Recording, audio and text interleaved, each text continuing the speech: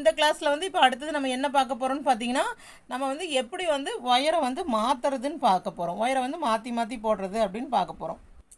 இது கொஞ்சம் தெளிவாக பார்த்தீங்கன்னா தான் உங்களுக்கு புரியும். நான் எப்படி மாற்றி போட்டு வரேன்னு பாருங்கள். நல்லா பக்கமாக வச்சு காமிக்கிறேன். இப்போ வந்து நான் க்ரீன் போட்டிருக்கேங்களா, அடுத்தது நம்ம ரெட்டு வரணும்னா ஒன்றும் இல்லைங்க.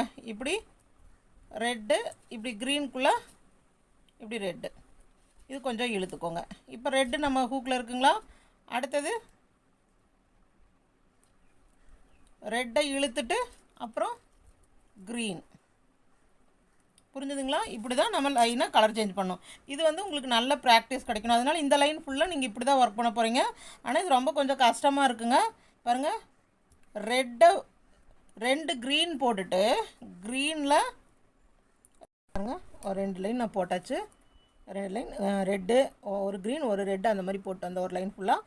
அடுத்த லைன் க்ரீனுக்கு மேலே ரெட்டு, ரெட்டுக்கு மேலே க்ரீன், அந்த